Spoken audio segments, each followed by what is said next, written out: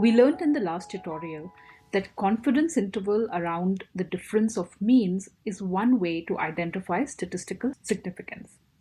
There is another approach for identifying statistical significance, which is based on p-values. Again, another term that you may have heard of but never truly understood. We will go through p-values in a very easy to understand manner in this course, and in the process we will learn about type 1 and type 2 errors. But before we discuss p-values, let's recap. So what we've learned in the past tutorial is that when we run an A/B test, our expectation is that variation P will convert at a higher rate for our overall population than variation A will. This is our alternate hypothesis. And instead of displaying both pages to all 100,000 visitors, we display them to a sample instead and draw conclusion about how these pages will perform with the overall population.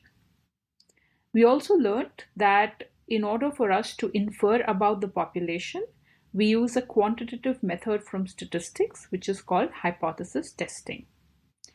So we start with a null hypothesis, which is the mean of variation A is not different from mean of variation B, and that is they are equal. And we look at the results to decide whether or not we should reject the null hypothesis.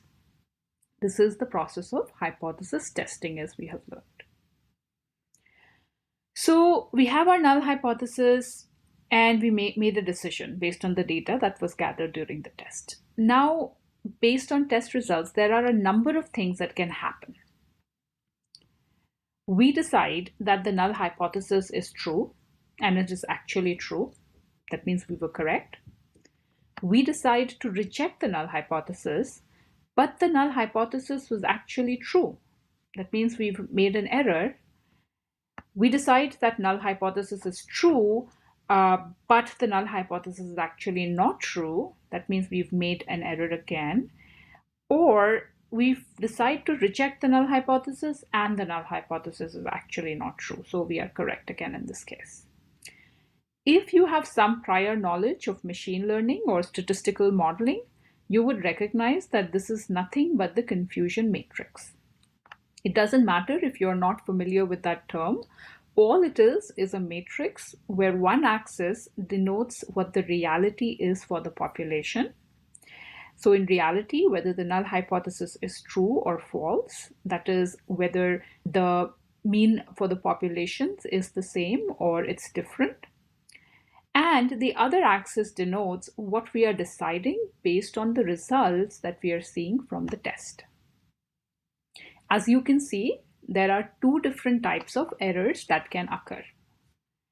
Type 1 error occurs when we incorrectly reject the null hypothesis.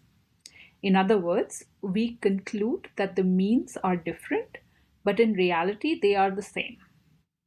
And type 2 error occurs when we fail to reject the null hypothesis, even though in reality it is not true. An analogy that I think really helps develop the intuition around type 1 and type 2 errors is to consider a defendant in a trial. The null hypothesis is the defendant is not guilty. That means the alternative hypothesis, the defendant is guilty. In that case, this will be the confusion matrix. A type 1 error would correspond to convicting an innocent person, and a type 2 error would correspond to setting a guilty person free. To remember which is which, it helps to start with what the decision was. If the decision was to reject the null hypothesis, that means we are on this column, then either we are correct or we have made a type 1 error. If we do not reject the null hypothesis, then either we are correct or we have made a type 2 error. This, I think, has always been very helpful for me to remember which is which. Okay, so when we are analyzing the sample results and drawing conclusions about populations, basically we want to avoid making type 1 and type 2 errors, and we want to be in these two boxes. In the next tutorials, we will learn how we can avoid these errors.